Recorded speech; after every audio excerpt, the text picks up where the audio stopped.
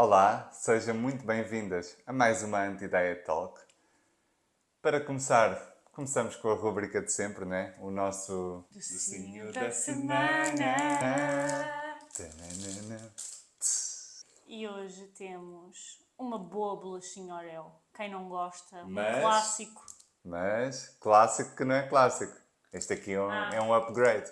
Não é uma bolacha Oreo normal. É uma bolacha de Oreo banhada. Não é? Mas isto já é super antigo. Não te lembras de comer isto quando eras criança? Não. Eu lembro-me. Isto é antigo. Sim. Olha, para mim é novo. Nunca tinha provado, eu acho. Mas o Tiago já provou, porque nós temos comido isto em casa à noitinha. Não, temos comido não. Comi uma vez. Esta vai ser a segunda vez que eu estou a provar isto.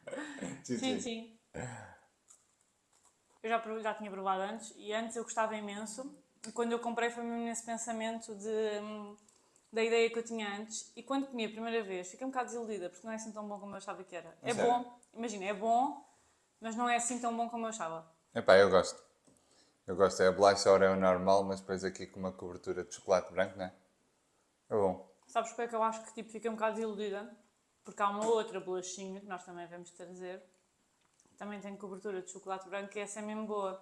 Verdade. E como nós às vezes costumamos comprar essa e lembro-me mais qual é o sabor. Ainda não trouxemos essa, a clássica. A roxa, não é? A roxa é o invólucro. Não digas. É o invólucro. As pessoas também não sabem, não é? Não. Também não andam a ver se é roxa ou não. Amei. Tu mas não gostavas assim tanto, Anselmo? Anselmo Ralph. Imagina, eu gosto, mas a ideia que eu tinha era diferente, era um bocadinho mais, sabia mais a chocolate branco. Ou seja, é satisfatório e tu pensavas que era incrível, é isso? Não é incrível, mas tipo, é muito boa. E sabem uma coisa que eu gosto? É que isto vem, eu acho que por acaso estas bolachas só se vendem assim nestes pacotinhos. E vem duas. E, para quem não sabe, que ninguém sabe, só o Tiago é que sabe.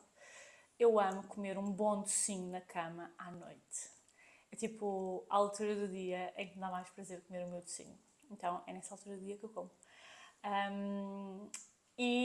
Tu tens essa cultura, né? De comer na cama. Às vezes... Não é comer na cama, Não é comer na cama, mas do é género. sobremesa na cama. Sim, às vezes, sei lá. O Tiago quer comer melão ao jantar e Sim, não quer deixo. comer melão ao jantar e de repente, não, comemos na cama. Imagina, eu queria ir ali, né? Logo de seguida.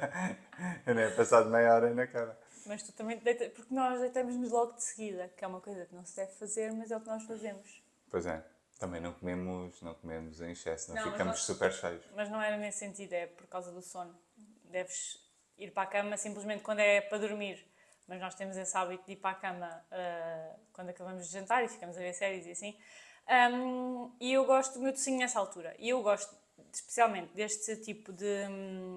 as outras bolachas que nós vamos trazer também, eventualmente, também são assim numa dose mais individual. E eu gosto porque dá aquela sensação que abriram um pacote. Muitas vezes nós até dividimos, comemos uma cada uma, mas não parece que estamos literalmente a comer só uma bolacha, porque eu acho que se pensar que só vou comer uma bolacha, isso parece super pouco. Mas se comer só isto, parece que é um chocolatinho maior, sabes? Então eu gosto dessa sensação. Eu sou super fã assim deste tipo de pressões, sabes? Que me faz sentir que comer uma é, é suficiente, fico super satisfeito, não preciso comer outra. E pá, eu gosto desse conceito. E apela-me sempre ao comer de forma mais consciente. Sabes? É aquela pressão, eu aprecio.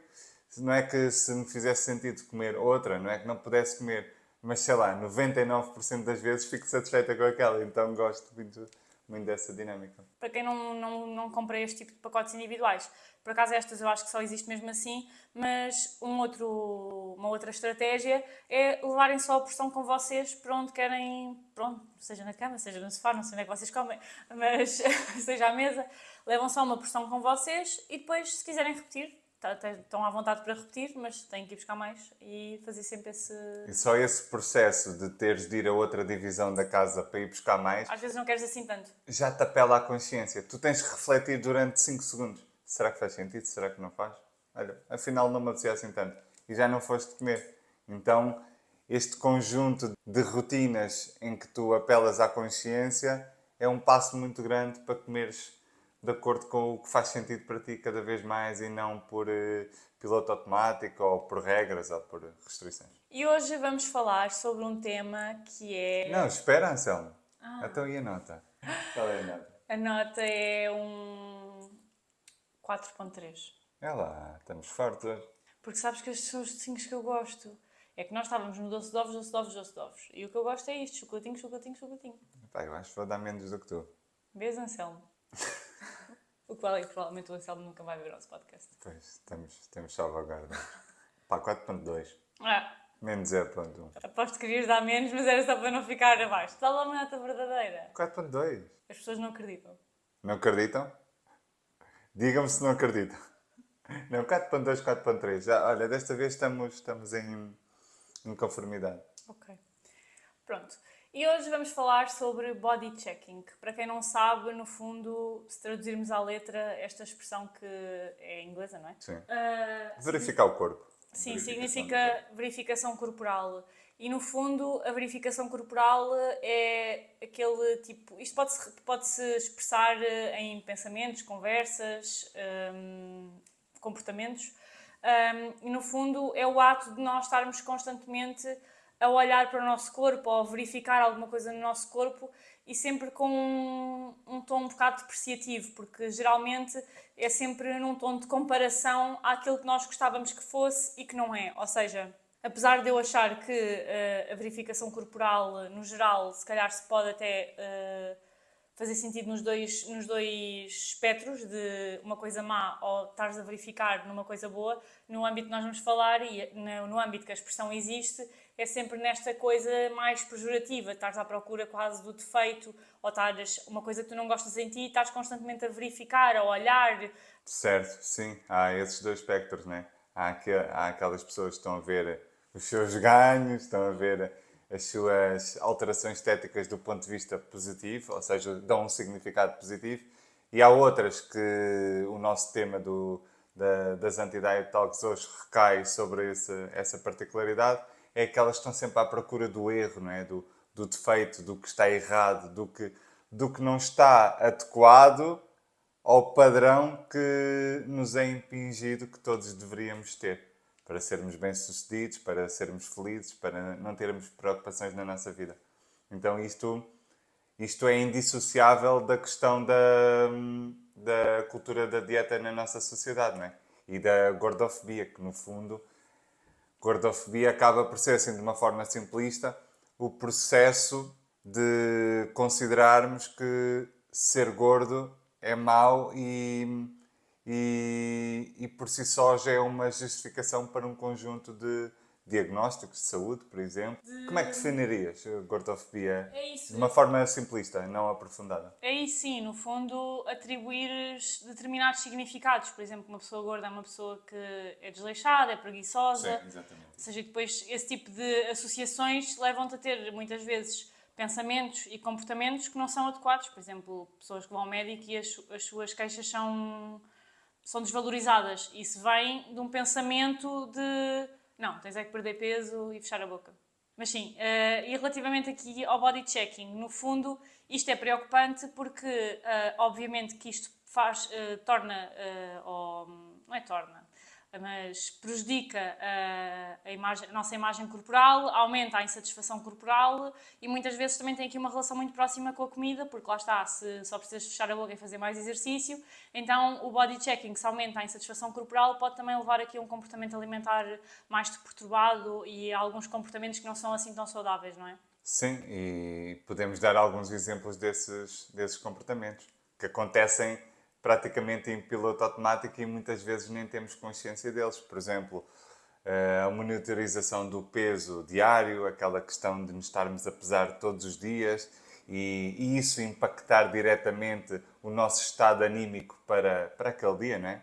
Quantas vezes uma pessoa não se vai pesar, não é o meu caso, mas sei de muitas pessoas que vivem nessa realidade, que se vão pesar e que o número da balança, se não for de encontro àquilo que elas expectativam, o dia está estragado, em termos anímicos, em termos de... Aliás, o penúltimo episódio foi sobre isso. Foi sobre isso, depois foi... qual é que foi? O penúltimo. Como é que se chamava? Deves-te pesar. Ou... Deves-te pesar, exatamente. Mas sim, o que é que eu estava a dizer? Estava a dizer que se não encontrarem um peso que expectativavam, isso já pode estragar completamente o seu dia. Então, o controlar o peso, por exemplo, estar constantemente a olhar ao espelho para encontrar o que está errado, o que não está correto, o que precisa urgentemente de ser mudado e rejeitado, também é uma forma de fazer body checking. Mas há outras. Sim, por exemplo, também estás constantemente a ver como é que determinada peça assenta para ver se há alguma diferença. Ou, por exemplo, uma muito comum que obviamente é totalmente inconsciente, que é o entrares num sítio, ou por exemplo, ires à praia, ou entrares numa sala e de repente inconscientemente estás-te a comparar com o corpo de outras pessoas. Ou seja, estás com aquele pensamento: será que o meu corpo é maior do que esta pessoa, ou será que é menor? E tu vês aquela pessoa de uma forma, mas porque tu nunca tens uma visão de ti. Isto também é um bocado engraçado. Não é engraçado, mas é curioso. Porque a maneira como tu te vês não é, e tu nunca vais saber como é que é, a maneira como os outros te veem. E isto é mesmo estranho. Então, quando tu olhas para uma pessoa, tu não consegues ter uma resposta de o meu corpo é maior ou menor. Obviamente, se for uma diferença muito grande, se calhar consegues, mas se for mais ou menos parecido, às vezes isso acontece-me com a altura. Às vezes, quando eu vejo raparigas altas, eu penso: será que eu sou tão alta como ela? Sou mais baixa, sou mais alta? Presencialmente? Sim. Porque não tenho essa percepção de. Imagina, claro, Acho que tenho. se tiver se estiver ao lado da pessoa, consigo perceber. Mas se estiver mais longe, às vezes fico com essa dúvida. Sim, quando são alturas parecidas, sim. Não, mas não é se são alturas parecidas. Claro que se for uma pessoa muito mais baixa que eu também consigo reparar. Mas não é isso que eu estou a dizer. O que eu estou a dizer é: será que eu sou tão alta como aquela pessoa? Ou será que eu tenho aquela altura? No sentido de a pessoa é alta e será que eu também tenho aquela altura e não consigo perceber se tenho ou não? Porque imagina, basta a pessoa ser alta. E com alta eu digo tipo mais de 1,67 m. Imagina, tipo, se a pessoa tiver 1,70 m ou 1,80 m, eu não consigo saber se sou mais alta ou não, em nenhuma das duas. É mesmo estranho. Mas achas que isso é teu, é particular Não, ou é acho que isso acontece, generalizável? acho que isso acontece com imensas pessoas e muitas vezes relativamente ao corpo, ou seja, pensares: será que eu tenho aquele tamanho? Será que tipo, as outras pessoas me percepcionam assim? Porque a maneira como nós nos percepcionamos não é a maneira como os outros nos percepcionam e nós nunca vamos saber qual é que é, então isso também é um bocado estranho. Sim, até há aquela questão que existem três eus, né? Como eu me vejo, como os outros me veem e como eu acho que os outros me veem. E as três são diferentes. Ou seja, eu não sou como eu me vejo, eu não sou como os outros me veem e eu não sou como eu acho que os outros me veem. Então eu devo ser tipo uma fórmula no meio disto, estás a ver? Deve ser no meio destas três variáveis, a verdade deve estar por aí. Sei que existe a verdade, mas não sei se queres ir por esse nível de subjetividade. E de repente estamos a questionar se a vida é a vida. Se a vida é a vida. E acabar aí a conversa. Então, ou se isto é tudo uma simulação.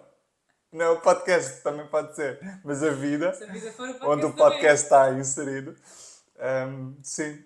Bem, mas eu acho que não é mesmo por aí o tema 2. Não. Então, voltando. Sim, existem essas três percepções. Então, e nenhuma das três está certa. Isso é muito interessante, não é? A forma como nós nos autopercepcionamos, mesmo que nós acreditemos de uma forma muito convicta que aquilo é 100% verídico, não é. Os outros não nos veem exatamente dessa forma.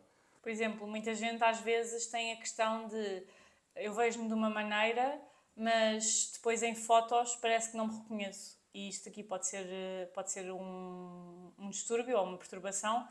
Existe um diagnóstico para isso, mas muitas vezes, às vezes também é. Lá está, a forma como tu te percepcionas nunca é igual à forma como os outros te percepcionam. Porque mesmo quando tu te vês ao espelho, tu estás em determinadas poses sem te aperceberes, a tua cara está de uma determinada maneira, tu não estás completamente relaxada porque tu estás a olhar para ti e não estás com a cara tipo assim, isso não acontece. Ou seja, estás sempre numa pose mesmo que acho que não estás. Então, depois quando te vês em fotos, é como se a realidade chocasse. E eu aqui estou a falar num contexto de uma pessoa saudável que não tem dismorfia de imagem corporal. Mas isso também acontece muitas vezes. E às vezes também é engraçado e curioso ver essa diferença. É. E engraçado, curioso e doloroso. Isso dismorfia, mas é distorção de imagem corporal. Distorção de imagem corporal, exato. Eu ia dizer engraçado, curioso e às vezes até doloroso. Eu recordo-me, pronto, eu não cresci assim com uma autoestima muito boa, né? Agora entra o violino. A maneira como eu coloquei isto parecia, né? Tardes da Júlia. Então é assim, Júlia, eu não tenho uma autoestima muito boa. Eu vim de um meio muito complicado. Pareceu mesmo que ia entrar o violino. E que a tua mãe ia aparecer aqui no ecrã com uma mensagem. Então, filho. Escuta lá. Pronto, eu não cresci com uma autoestima. Mas na altura eu não achava isso. Quer dizer, os sinais estavam lá, mas eu não achava isso. Talvez não tivesse consciência suficiente. Mas não me desenvolvi com uma autoestima muito boa. E disseste isso, fez-me logo remeter para infância, mais pré-adolescência do que infância. Infância, uma pessoa ainda não tem bem noção disso. Que era, quando via fotos minhas, imagina, fotos de grupo ou assim, mas sabes aquelas fotos que tu estás desprevenido e que meio que não sabes? Está sempre lá um tio qualquer a tirar fotos. Mas depois quando iam mostrar as fotos, tipo, eu não estava a fazer pose, né? Eu meio que estava a brincar com alguém, com algum miúdo da minha idade, e estavam a tirar fotos. Mas eu quando ia ver as fotos, imagina, ficava completamente abismado negativamente. Imagina, aquilo doía-me. Dizer, eu sou assim. Imagina, tipo, via tipo a minha boca estranha, via tipo meio boca aberta. De género, não gostava da proporção. Eu também acho que melhorei um pouco com o passar de anos. Sempre que eu olhava, sempre que eu me via nas fotos, em que eu estava distraído, em que eu não estava em pose, como tu estás a dizer, eu ficava, pá, não sei se a palavra é triste, mas eu não gostava Talvez aí daquilo que também via. tivesse a ganhar uma percepção, lá está, de que tu não és a forma como tu te vês. Isso é uma construção que tu fazes, percebes? Então, o ganhar essa percepção, e ainda mais quando és criança, tu não tens nada essa. Pronto, ainda não pensaste sobre isso, não internalizaste isso. E essa forma de pensar que tu não és a forma como tu te vês, isso é só uma construção que tu fizeste, tu nunca vais saber quem tu és. Exatamente, exatamente. Mas está a ser interessante. Quer dizer, não, para nós. Mas repara, eu acho que isto é pertinente. Talvez alguém que nos esteja a ouvir se identifique com isto. Porque onde é que isto me levou? Levou a um tema que eu também gostaria de falar aqui. Eu noto, e talvez este tema deste podcast me tenha trazido clareza em relação a isto. Eu noto que ali na pré-adolescência tinha muita dificuldade em visualizar fotos minhas em que eu não tivesse em pose. Nem era corpo, era mesmo a cara, sabes? Eu não gostava, genuinamente. E depois, onde é que isto me levou? A estar consistentemente a olhar-me ao espelho. E, por exemplo, sei lá, pessoas que conviveram muito comigo, por exemplo, a minha mãe, ela sabe disso. Olhar constantemente ao espelho, não porque, olha ele, que é tão vaidoso. E não que também não passei ali por uma fase em que se calhar fosse, mas não é essa a questão. Eu não estava a olhar ao espelho recorrentemente pela vaidade. Eu queria confirmar se aquilo que eu não gostava nas fotos consistentemente Era a realidade. era a realidade. Mas depois, como no espelho eu estava em pose, eu gostava um bocadinho mais em comparação com as fotos. Percebes isto? Ou seja, o que é que eu quero concluir? Nós não somos como achamos que somos, nem somos de acordo com as poses que fazemos em frente ao espelho. Nós não somos essas pessoas quando estamos descontraídas, descontraídos, quando estamos sem estar em papel, sem estar em acting.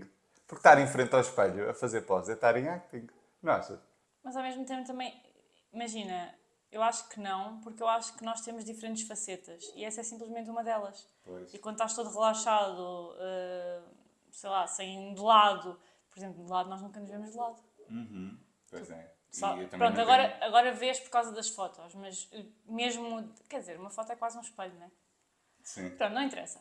Mas voltando aqui ao tema, o que é que essa verificação acontece? Acaba por ser um bocadinho na senda daquilo que eu tinha dito, que é confirmarmos, nós temos uma autoimagem.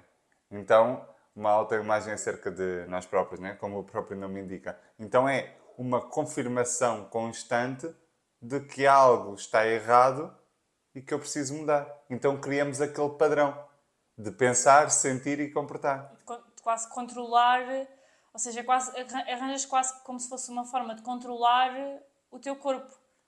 Porque Sim. é quase como se tu tivesses ou a validar, ou por outro lado, a controlar do ponto de vista negativo, que estás aí no bom caminho ou não. É um bocado como a balança, se fores a ver. Até pode ser num mecanismo de alívio ou segurança. Isso. A dieta está a resultar. O Exato. corpo não está em mudança, não está pior. E até te digo que, agora isto até me fez pensar, que muitas vezes eu vejo pessoas a dizer que não seguiam pela balança, mas guiam-se por fotos. Nós já falámos das fotos de antes e depois, mas isto também pode ser as fotos também pode ser uma forma de ter este controlo do ponto de vista negativo, ou então quase de segurança, de ok, olha, eu estou a fazer isto, mas o meu corpo está igual, o meu corpo não ficou maior. Então também pode ter este lado negativo. Certo, sim. E ainda pode ser por outro motivo, que é motivos mais obrigacionais, né? O profissional de saúde, o médico, ou seja o que for, recomendou a pessoa a monitorizar o seu peso. E às vezes pode fazer todo o sentido, se houver algum diagnóstico que sustente essa necessidade, só que por vezes é só Na maior parte das vezes. cultura da dieta e gordofobia associados. Sim, um grande problema do body checking, tal como a balança, eu acho que podemos quase meter no mesmo nível, é que pode, de certa forma, encorajar a comportamento alimentar perturbado, a fazer restrições, ou muitas vezes pode, de alguma forma, deixar-te perturbado e isso leva a um episódio de exagero alimentar e descontrole com a comida. Ou seja, eu acho que pode ser uma forma quase de manter aqui um comportamento alimentar que não é saudável e outros comportamentos que não alimentares, por exemplo, com a atividade física, que também não são saudáveis. Ou seja, tu teres este tipo de comportamentos de estares a verificar o teu corpo pode fazer com que tu sintas a necessidade de eu ontem comi pizza, então agora tenho que ir compensar para o ginásio 3 horas, percebes? Então, acho que é um comportamento que nós todos fazemos de forma inconsciente. Quer dizer, algumas pessoas fazem de forma consciente, outras de forma inconsciente, mas eu diria que toda a gente, sempre que faço uma generalização, às vezes tenho medo, sabes? Mas diria que a maior parte das pessoas, a grande maioria das pessoas, faz isso. Eu acho que depois tem a ver com uma questão de frequência e da própria pessoa, porque há pessoas que se calhar fazem isso de forma inconsciente, com uma frequência baixa e que isso não lhes traz dano mental nenhum, e há outras que mesmo que façam uma frequência baixa é sempre uma coisa que é negativa. Certo. Sim, acaba. O body checking é exatamente como eu estava a dizer na minha percepção. Acaba por ser um padrão em que pensamos, sentimos e por consequência daquilo que pensamos e sentimos, adotamos comportamentos, normalmente, adotamos comportamentos que de alguma forma ajudem a colmatar o que pensamos e o que sentimos. Ou seja, eu penso que o meu corpo é inadequado, eu sinto-me mal devido ao meu corpo ser inadequado, eu faço uma dieta e não me permito comer porque o meu corpo é inadequado e eu sinto-me muito mal em relação a isso. Então acaba por ser esta cadeia, não é? Que começa no pensamento e desencadeia no comportamento. Agora aqui a questão é como é que podemos diminuir na prática ou acabar, mas pronto, acabar talvez seja demasiado ambicioso, como é que podemos diminuir o body checking? Sabes que agora estavas a falar, eu lembrei-me de um exemplo que, para quem ainda, estamos a meio do episódio ou quase no final, não sei, mas para quem ainda não percebeu o que é o body checking, eu lembrei-me de um exemplo que é perfeito, que é, por exemplo, o fazeres assim ao pulso constantemente, e quem diz o pulso diz a perna ou o que seja, mas quem está só a ouvir, no fundo eu estou a pôr os dedos à volta do pulso e ver se fecha, se está mais... percebes o que eu estou a dizer? Tipo, se está mais largo, se não... Isso é uma forma, por exemplo, de body checking e estava a pensar, eu acho que é um exemplo perfeito do que poderá ser, não é só isso, obviamente, Sim. mas do que poderá ser o body checking aqui em questão ao tamanho. Sim, repara, eu acho que as pessoas perceberam, porque é bastante fácil perceber. Tudo o que sirva para monitorizar o nosso corpo de forma consistente é body checking. O simples pesar, se for uma questão diária, uma questão muito frequente, estamos a fazer body checking. Sim, quando eu penso em body checking, não penso tanto, apesar de pesar também completamente que é body checking, mas não penso tanto nisso, penso mais naquilo que eu estava a dizer, de, por exemplo, estás num sítio e estás-te a comparar mentalmente com outras pessoas, ou estás a avaliar o teu corpo, partes minuciosas, percebes? Que mais ninguém vai reparar, mais ninguém vai ver naquele nível de pormenor, mas tu estás a ver e a dar atenção àquilo e a dar importância àquilo, percebes? Percebo, mas se reparares, o body checking vai ter sempre a comparação. Pois vai, Só que sim. eu colocaria esta comparação em dois grupos, direta e indireta. Direta é o que tu estás a dizer, eu estou na rua e estou-me a comparar com os outros. Indireta, eu estou a pesar-me e eu até posso dizer, não, eu estou-me a pesar, mas eu não estou a comparar com ninguém. Estou a comparar com o padrão que eu acredito inconscientemente que deveria ser o peso que eu deveria ter. Se quiser ser uma pessoa bem-sucedida e com os valores todos que a cultura da dieta diz que o corpo magro tem. Ou mesmo quando estás a avaliar o teu corpo, também é um bocado isso. Imagina, se estiveres a olhar para uma estria ou para alguma marca que tenhas, por exemplo, estás sempre inconscientemente a comparar-te com um padrão que tu achas que não tem estrias, por exemplo. Exatamente, exatamente. Mas respondendo à tua questão, que eu fugi aqui um bocadinho porque de repente me lembrei disto, para parar de fazer este body checking, eu acho que o primeiro passo é tomar consciência que o fazemos, porque isto é uma coisa tão automática e tão inconsciente que eu acho que a maior parte das pessoas que o faz nem tem noção que o faz. Então logo aí eu acho que esse ponto, mas quase que nos... Não quero usar a palavra policiar, que palavra é que eu posso usar, Tiago? Usa policiar. Pronto. De quase nos autopoliciarmos de... Não é autopoliciarmos, é tomar a consciência, no fundo, é esta palavra, tomar a consciência quando é que isso acontece. E quando tomas a consciência, quando sais do piloto automático e trazes atenção plena para o momento, tu consegues perceber, olha, isto está a acontecer em determinados momentos, não está a acontecer noutros, ou seja, consegues quase que ver um padrão, ou às vezes não sei se existir padrão ou não é? E então um bocadinho, eu acho que o primeiro ponto é por aqui, é tomar esta consciência e perceber o que é que, se há algum gatilho, se há alguma coisa que está a fazer, por exemplo, uma coisa que pode levar a isto é quando tu vestes, por exemplo, umas calças acabadas de lavar, elas ficam sempre um bocado mais apertadas do que estão geralmente. Então uma coisa que pode levar ao body checking, por exemplo, é tu sentires que a roupa está mais apertada do que estaria antes. Ou, por exemplo, experimentas roupa de verão que já não experimentavas há um ano e a roupa já não assenta da mesma maneira que pelo menos tu te lembravas. Se assenta ou não, ninguém sabe, porque já passou um ano e não guardas assim essas memórias tão vívidas. Mas na tua interpretação daquela situação, a roupa assentava de uma outra maneira, ou tu sentias-te mais confiante, o que fosse. Isso podem ser situações de gatilho que podem levar ao body checking. E nós só conseguimos mudar aqui o comportamento quando percebemos o que é que está a provocar esse comportamento e alteramos essas situações de gatilho. Exatamente, faz-me todo o sentido. Ou seja, ver as situações de gatilho onde eu estou a fazê-lo e depois eu até sugiro que, depois de percebermos esses gatilhos, façamos pequenas modificações práticas para conseguir de facto diminuir o body checking. Como por exemplo, vou dar o meu exemplo pessoal. O espelho é um bocadinho gatilho para mim em termos de body checking. Então, eu não estar, sei lá, a trabalhar em frente a um espelho ajuda-me. Entendes? Porque eu tenho essa tentação de ir verificar, não de um ponto de vista vaidoso, mas ainda, de vez em quando ainda tenho aquele padrão para olhar para o que eu acho que está menos bem e pronto. E isso, para além de me fazer perder tempo, porque faz-me perder uns minutos, eu já sou um bocado desatento, então imagina com essa questão do espelho à frente, também não é bom para mim, porque cria-me aquele padrão sentimental mais desconfortável, não é? Então, por exemplo, afastar o espelho da zona onde eu estou, não que eu não possa ver o espelho, eu acho que me estou a fazer entender, Sim. mas afastar dos meus gatilhos talvez possa ser uma boa estratégia. Isto do espelho é uma opção, porque depois cada pessoa pode aplicar aos seus próprios gatilhos. Imaginemos que quem nos está a ouvir está numa situação em que se pesa todos os dias. Talvez afastar-se da balança, guardar a balança noutro sítio, é uma forma de diminuir o body checking. Ou, por exemplo, disseste isso do espelho e eu lembrei-me que hoje em dia é muito comum as reuniões online, em que tu tens um quadradinho com a tua cara e depois tens um quadradinho com a outra pessoa. Se reparares, muitas vezes nós temos tendência a olhar para nós próprios e fazer um bocado esse body checking. Então, uma estratégia que eu, por acaso, até utilizo nas consultas é...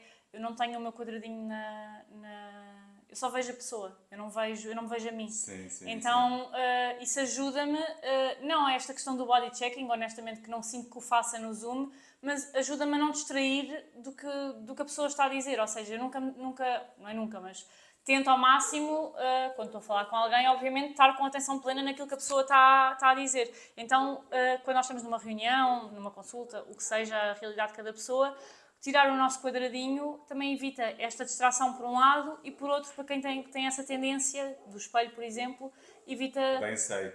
Esse exemplo que estás a dizer é uma grande dificuldade minha. Eu também já removi o meu quadradinho exatamente por isso.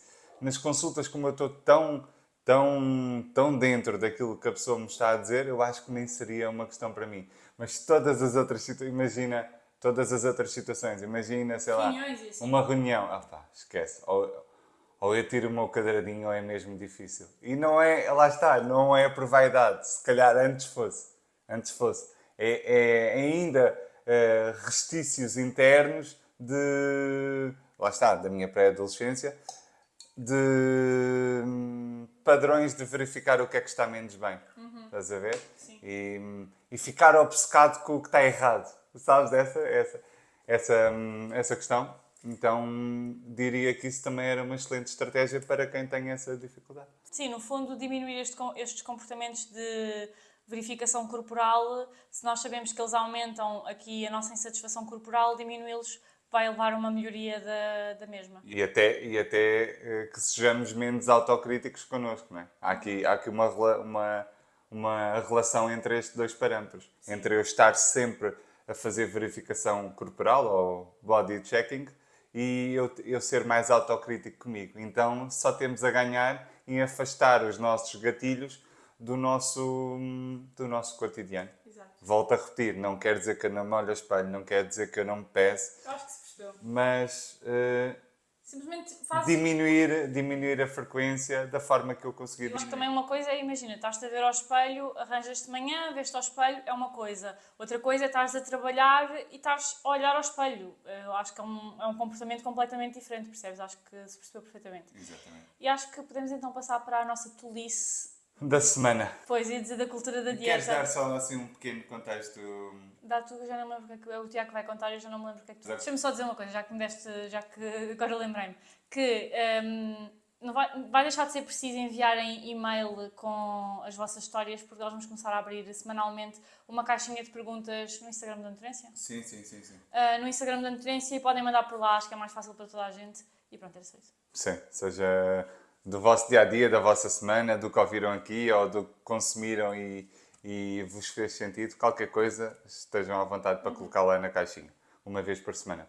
A tolice da semana que eu queria trazer aqui é um pensamento que eu considero parvo. Já sei.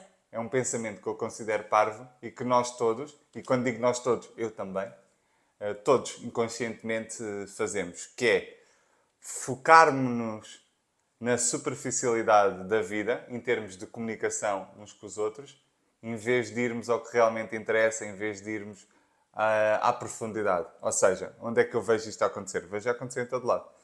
Por exemplo, quando alguém te vê, não te pergunta se tu estás feliz. O que é perguntar se estás feliz? É eu estar com interesse no outro ser humano. O que é que as pessoas, e eu também, o que é que perguntamos? Então, estás casada? Então, já tens filho? Então, quando é que vai ser o próximo filho? Sabes, nunca importa se esse caminho está-te a fazer feliz. Então, já foste para a faculdade? Não importa se tu ambicionas ir para a faculdade, é aquele trajeto, é aquele caminho. Então, vivemos na superficialidade, em termos de comunicação, enquanto eu considero, apesar de ser um desafio gigante que temos pela frente, que devíamos ir para a profundidade, para o interesse pelo outro ser humano. E facilmente consigo transportar este pensamento para os nossos temas. Cultura do corpo, dietas, etc. Emagreces. Qual é a afirmação que fazem, ou a afirmação mais provável? Emagreceste, olha, que bem. O que é que fizeste? O que é que fizeste? A pergunta devia ser do género. Olha, emagreceste.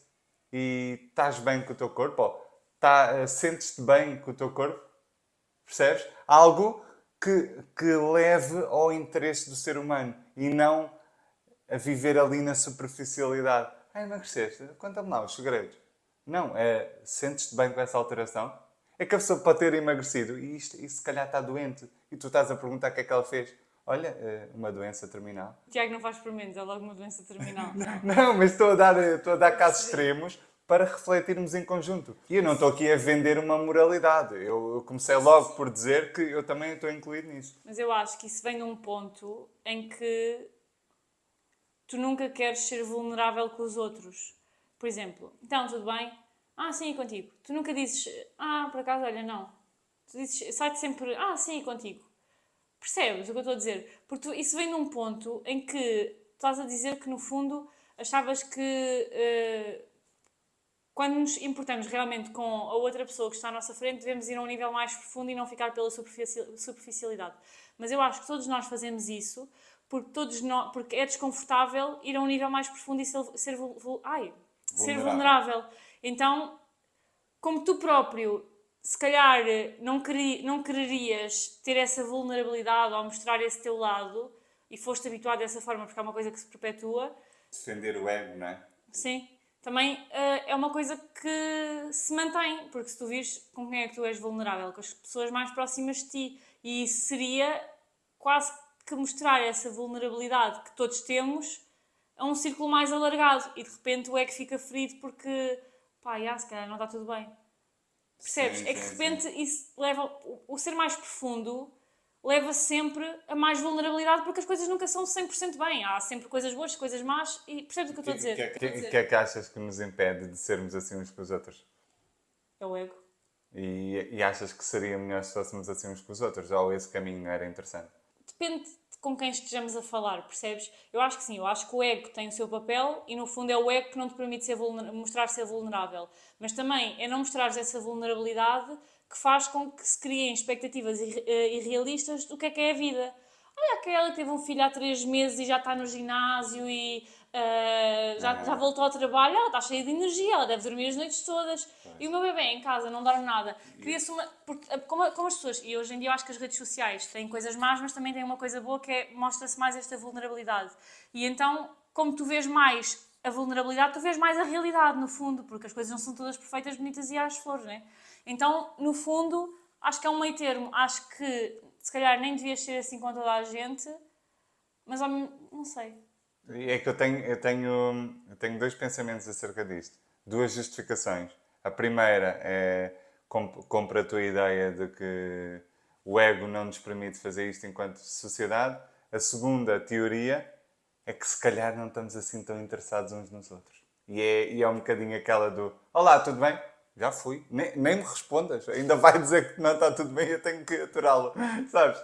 Não sei se também não está nessa dinâmica. Acho que é os dois, sim. Uma mistura o ego não permite vulnerabilidade e então é desafiante, mas por um lado também não estamos assim tão interessados uns nos outros. E se calhar estamos todos a comunicar de forma. Todos, generalizar é sempre chato. A maioria, se calhar, ou a maioria das vezes, estamos a comunicar de forma mais superficial e menos profunda. E menor profundidade leva a menor interesse, talvez. E pronto, olha, onde é que eu quero chegar com isto? Nem eu sei. Foi uma coisa que ocupou a minha mente esta semana. Mas sim, eu gostaria, só para terminar, eu gostaria que, e se calhar eu próprio vou dar esse passo para me comportar mais assim. Que é cada vez mais sermos mais profundos uns com os outros. E portanto, vemo-nos na próxima quinta-feira às 19 horas. Subscrevam o canal no YouTube, na Apple Podcast e no Spotify. Sigam o podcast e deixem um comentário, um gosto, o que vos apetecer no fundo. Até lá!